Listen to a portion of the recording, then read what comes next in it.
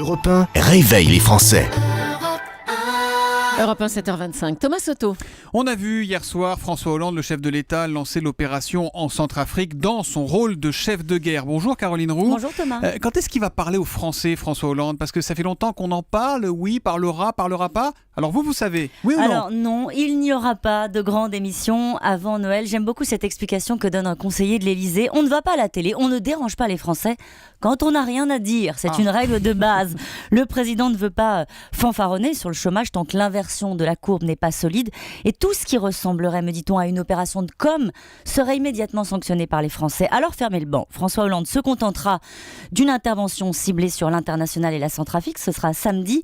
Mais quand on gratte un peu, l'explication est en fait un peu plus embarrassante pour le chef de l'État. La réalité, c'est que les précédentes émissions de François Hollande ont été ratées. Un proche du président dit avec des mots choisis: la télé, ce n'est pas son média de prédilection. Il sait parler du Mali, mais pas des sujets qui touchent réellement les Français. Il veut tout dire, montrer qu'il maîtrise ces sujets, et du coup il s'embrouille.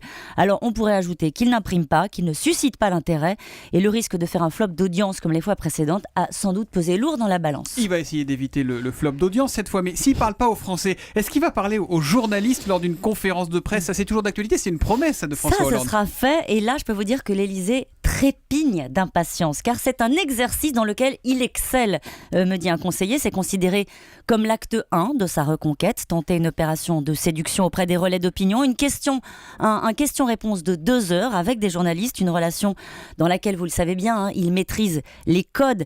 Mais au-delà de lui, François Hollande attend surtout que ses ministres, je précise, tous ses ministres s'exposent davantage. Comme on le dit à l'Élysée, vous enlevez Montebourg, Valls, Sapin, Le Drian et Le Foll, et il n'y a plus personne. C'est d'abord au gouvernement de porter le message présidentiel. Vous avez compris Thomas, le président a choisi le confort, il refuse la prise de risque. Évidemment, mais il va quand même y avoir cette tradition du 31 décembre, assurez-moi, la petite intervention dans le bureau, tout ça avec les drapeaux. C'est ça, avec les drapeaux classiques calibrés, avec un message sur l'emploi et les signes encourageants à venir sur l'économie. Il va falloir s'y faire, mais sur la forme, il ne faut rien attendre de surprenant, d'inattendu, d'ébouriffant de la part de François Hollande sur ses choix politiques comme sur sa communication. Bon, ce que vous nous dites en clair, c'est que s'il ne parle pas en ce moment, c'est qu'il n'a rien à dire, François Hollande. L'info politique de Caroline Roux, c'est tous les matins sur Europe 1. On vous retrouve à 7h25 lundi. À lundi. À lundi, Caroline.